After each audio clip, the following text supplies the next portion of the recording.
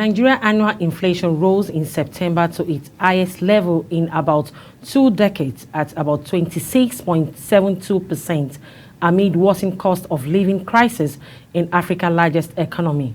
The September inflation rose to a 9th straight month from August 25.8%. The National Bureau of Statistics says, with millions of Nigerians impoverished due to the impact of President Bola Ahmed Tinubu's reform. Food inflation, making up the bulk of Nigerians' inflation basket, rose to 30.64% in September from 29.34% in August. Welcome to Business Point, where we extract the Nigerian economy and government policies. I am Kike Lomo Okeri, your host. We'll take a short break now. When we return, we will be discussing the September inflation, the measures government should put in place to alleviate suffering on Nigeria.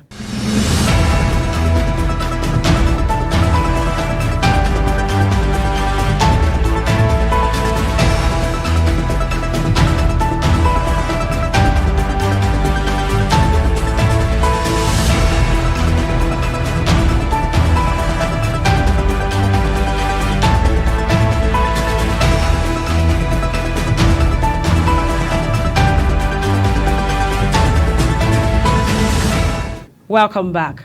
We are going to delve into the recent report by the Nigerian Bureau of Statistics on September inflation rate, the implication of this staggering 26.72% inflation rate on Nigeria.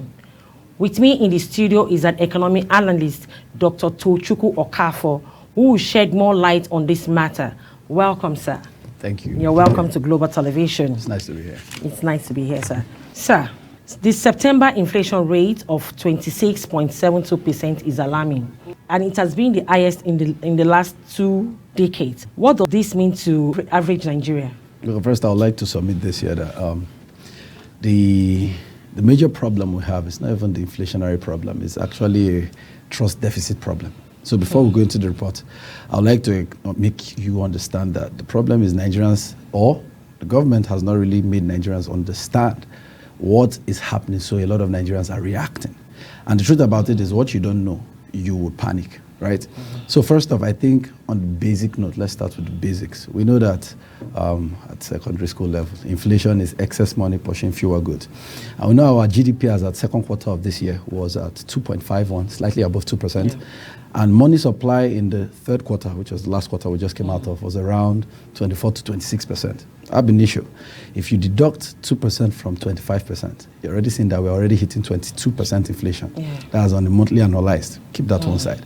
Now, if we bring in all the macroeconomic exogenous factors, right, such as the imports, the dollar crisis, the whole crisis with FX, if we bring all of them in, you begin to see that the pressure is much. But the major problem is actually emanating from the pressure on the dollar, because most of the inflation we're seeing now is as a result of imported inflation, right? You see that the dollar is crashing every day, and people are asking how, why? I think a lot of people are asking that question. The problem is because the the fiscal authorities are not doing their jobs. What do I mean? The CBN has a backlog of LCs, right, letters of credit, for all these entrepreneurs that's ranging between $8.5 billion to about $12.5 billion. Until that is cleared, you will see that these people that have these backlogs will keep trying to, look for where to get the dollar. And in those desperate moments, there are 3 crises here. These people are looking for the dollars. You have people that are speculating, and then you have those that are doing corrupt practices with the dollar. So while these people are putting the pressure on the dollar, the naira will keep depreciating and will keep devaluing. And when it keeps devaluing, what happens is, when someone wants to now import something you imported at maybe 1,000 naira to $1 yesterday, it changes to 1,200. By extension, when you're selling it in the market, you're going to be selling it at 1,500.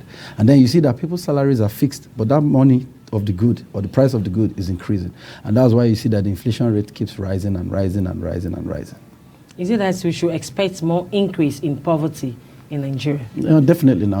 There's what we call the lag effect. So whatever happens today, when we're going to see the impact is probably in January, right? You don't see it immediately. So whatever we are feeling now are things that happen probably in June, July. So these issues, as long as this inflation rate of September you're seeing now, the impact is going to reflect in January. So we are going to see a rise in poverty rate, except if there is going to be a significant increase in salary for salary earners, which is not going to happen because ab initio you're indirectly increasing the money supply, which is by extension increasing inflation rate. Currently, I think our money supply currently is around 35%. The money supply I gave you of 25 was as at last quarter. The money supply for this quarter is currently at 34 to 35%. After the increment of salaries that the federal government did for workers. So what do you think this implication means on businesses, especially the private business, that is the small and medium scale enterprises? Okay, so knowing fully well that they're not getting any grants from anybody, so there's no increment in their salary. So it's going to be a double-edged sword for them. Reason is, you see this Forex ban they removed for these 43 items, right? The problem now is, when you're removing Forex ban, you have to think about the infant industries. If you just remove the ban, things like our palm, crude palm producers, our textile, our rice, that's the paddy rice, at least these three basic ones, these three major ones. When you're not looking out for them and you open, cost of production already is high because of imported inflation, because they import some of the materials they need. So inflation is going to hit the prices of their goods compared to the foreign rice. So if you are someone buying, the local one that is going for 55,000 or the foreign one that is going for 45, which will you buy? You do the math. 45. You get to the logic here. So you're indirectly blowing them out of the market. Meanwhile, they are the people that are supposed to be helping your exports. So when you do that, you have blown them. So by extension, that Forex ban removal, all what the federal, and that's why I always talk about policy impact analysis. You're meant to look at what the consequences are before you put out the policy.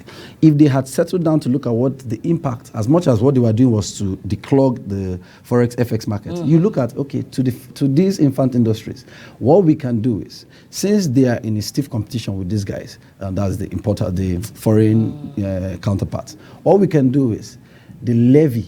We're going to bump the levy to 20% for import levy duties, such that by the time you want to bring it in, you think about the levy duties and then you go back to the infant industries. Or if you're so much in love with international goods or foreign goods, you go for those goods. But the problem now is you have opened it and the competition is not even because they are dealing in an economy that there's insecurity.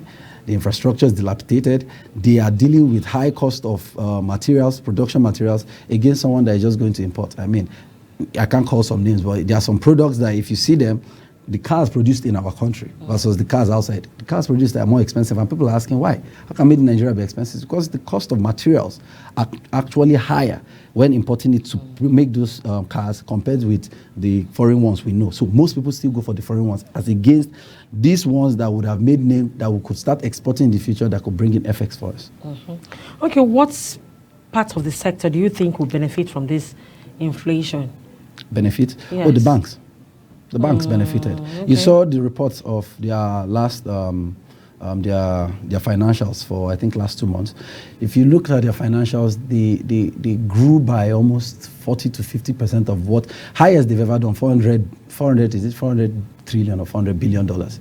No bank has ever done it, even in a full year, not to talk of half year. And I don't want to call names of the banks, but those banks really cashed out big that period, because what happened is they had assets in international, they have international affiliations, right? Most of them have international affiliations. So their assets that are valued in dollars, immediately the naira devalued and the dollar spiked up. The value of all their assets spiked up by extension. Even their what they call it, I've forgotten the name. Some of their, basically their assets, right? Okay. I don't want to go into their financials so that I don't put some things out there. But their assets bumped all or skyrocketed all their profits higher than what they've ever made in all the years. So yes, the banks were one of the major benefactors during the course of this inflationary and devaluation crisis. Do you think the CBN still have a way of curbing this inflation? Yes, no, there are ways. The problem, there's no magic wand there. I think this is where I say we need to sensitize Nigerians, right? Guys, there's no magic wand though. People need to understand that it's an infrastructural and security problem. These things don't go away in one day, right? Let's take, for example, look at the crude palm oil, right? Crude palm oil, between 1964 and 1965, Nigeria had 45% stake in this industry. Fast forward today, today, the crude oil, that's the palm oil crude, is valued at $72 billion, right? Guess who is cashing out from it? Indonesia and Malaysia that came to Nigeria 8 years ago and took the seedlings from us and went to enhance it. They are now having 85% stake in that industry. Last year alone, they cashed out $38 billion. If we have an industry that is cashing out that, just one of it cashing out, we have rice, we have palm kernel, palm oil, and then we have textiles. If three of them are bringing it in yearly, we are going to be getting $350 billion from the fiscal sector. And that's why if you see the central bank, there's an amendment of the laws for the central bank, if you've heard, Section 9 for the governor, and then merging both the fiscal and this thing, and the monetary. I think that is good because I think there's information asymmetry between the fiscal and the monetary policies, because the truth about it is that is the way to go. If we open the northern region and take 50,000 hectares of land and then apportion them into 40 clusters, that's 40 hectares per cluster, and plant across all of them, even if it's dates. Egypt did it. We are going to be generating a minimum of 65 billion every year. 65 billion put across with our crude production, if we can increase crude production. But all these things start after you have figured out how to deal with the insecurity problem. I say this because a couple of people I know have actually embarked on this project. One I know put up 3 factories for crude production, and they burnt the 3 factories in one night. And then the 3 factories plus his whole farmland were burnt in one night. So the truth is, it's an insecurity and infrastructural problem, not necessarily a monetary problem. If you're just joining us, this is Business Point on Global Television. We've been speaking with Dr. Tochukwu Okafor of Bayes University. We'll take a short break now. We'll be right back.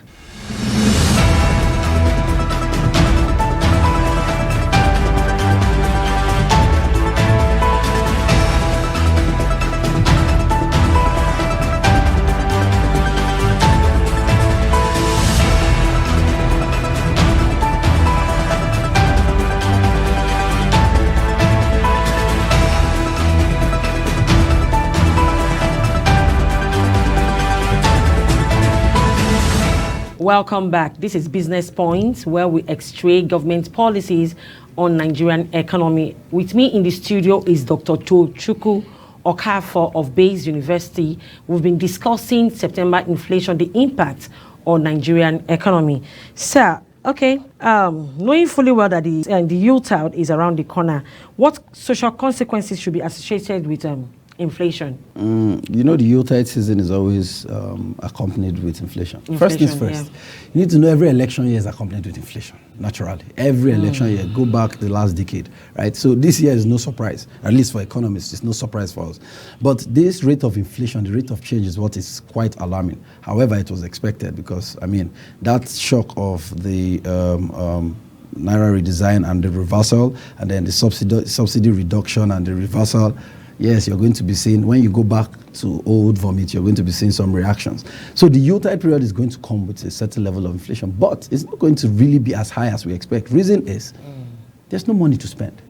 Think about it. Now, everybody's doing prioritized spending, as I like to call it. People are not buying because they have money again. They are buying necessities. They are not buying wants. So the truth about it is people are just going to buy necessities. You're going to see limited people traveling. I need to know that flight tickets are going for over 100,000. How many people earn 100,000? The roads are unsafe. So how many people do you think are willing to put themselves? So you're going to see people living their normal lives, just stay indoors, a very quiet Christmas. But you're still going to see inflation because the Yuletide season, it's a mental thing. The Yuletide season is always accompanied by a certain level of inflation for those both coming in and those both going out. So you're going to see inflation in that line. And we're also going to see inflation because, right, some of the policies that we're putting in place now are going to start taking effect in that month. And in that month, you're going to be seeing some of the shocks and the reactions by the economy reacting to it. So, you know, when they give you malaria drug, your temperature will first go up, then it will start coming. So these malaria drugs, if they are going to work, which are the policies they are about to put in place,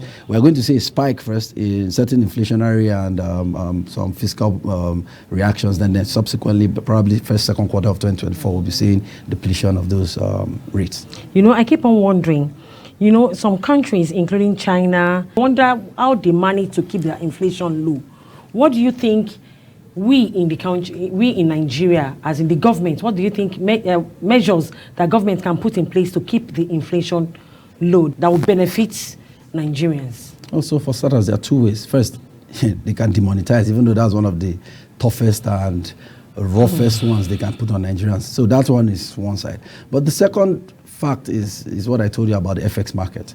If you can at least declog the FX market and bring sanity in that market for a while, you're going to be seeing a subsequent appreciation of the Naira. And when the Naira appreciates, you're going to be seeing that imports are going to be a lot more cheaper as compared to what we're seeing. I mean, the iPhones are going for 2-point-something million. Do you know what that is? That's some people's house rent. That's what one phone is going for. So when you see that the FX market begins to appreciate, you're going to be seeing that rates are going to become, the prices are going to start coming down gradually, not all at once. So nobody should expect a sudden movement. It's going to gradually come down, and then you're going to be seeing an adjustment in the market. But if they don't take care of the backlogs in the FX market, especially with regards to the LCs that are owned to entrepreneurs, we are going to keep seeing a struggle, because those people are going to be trying to meet up with the obligations. And in the process of trying to meet up with I said 8.5 billion to 12.5. Do you know how much that is? That means you have a lot, the bank have a lot they need to offset in the next 6 months to be able to bring stability in the FX market. If not, we'll keep saying that for every intervention the CBN does, immediately the intervention is fading out before the end of the month. Now, the NNPC used to rake in before they started the oil swaps they did 2.5 years ago. They used to bring in, I think, 3 billion. Immediately the swap started, they started bringing, I think, 10% of it as 300 million. Now that 300 million, check this out. The CBN's requirement, obligatory requirement, every month is around $1.8 billion, and then the importers' requirement in the markets as for the FX market is around 4.6. If you do that permutation combination, you're having almost 7 billion as compared to the 300 million. So what is that going to do to which intervention? And then even that the diaspora, the CBN is not really within the CBN's purview again. So you have diaspora here and there. So you're not even having a sufficient amount coming into the market, not to talk of offsetting the deficit we have in both the import requirement and the CBN requirement. So yeah, that's the one of the solutions. The FX market is one of the fastest. Okay, talking about the FX market, do you think the widespread of Bitcoin will help to curb the inflation rate? No, it can't. No. Currently, I mean, the CBN has already banned that, right? Bitcoin is crypto, right? As much as cryptocurrency works for some people, and some countries actually adopt it, they just have regulations put in place. But because of the maladapted nature of our country's follow-up mechanisms, right? They know that allowing that fly might bring about abuse, and that's why the CBN kind of put it on ban and tried to bring out the e-Naira, which was supposed to augment for the. Yeah. But you see how the e-Naira is working out. I mean, so that Bitcoin cannot even cash in there. What they can do is people always do their P2P, whatever they are doing with other international affiliates that accept it. But within the Nigeria space, it's not going to work. So what advice would you give to government that you think they can take, as in what measures can they take to reduce this inflation? Because the thing is really biting hard on people. So they have to go back to the roots, right? They don't tackle this insecurity, it's going to keep spoiling things. Because the truth is, it's just like when you take one step forward, you take 10 steps backwards. Insecurity is part of what is happening with the vandalization of pipelines, and our production capacity has dropped. I mean, a country that as at 2011 were producing 2.5, 2.3, 2.5, we're now producing 1.2. Those are where the effects are going to come in from. For the fiscal authorities, that all the infant industries that are coming up, you have bandits actually threatening them. You have insecurity. You have people stealing their resources and their materials. If you cannot put in place or sectionize it according to states to take care of their security measures independently as a state and figure out how to make it work, if you're doing it at the national level, you can't see everybody. So once there are those leakages and loopholes, you're going to start seeing discrepancies in all the measures that the CBN and the fiscal authorities are going to be trying to put in place. All right, thank you very much. We really appreciate you for your deep contribution on this show. Moving on, with Central Bank of Nigeria tightening the monetary policy to combat inflation, there is a possibility to increase interest rates on loan. Banks may choose to raise their lending rates to compensate for the increased cost of borrowing money from the Central Bank of Nigeria. This could make loan more expensive for individuals and businesses, potentially impacting economic activities. On this note, we say thank you for staying with us. Join us same times on this same station. I am Kike Lomo Okeri. Bye for now.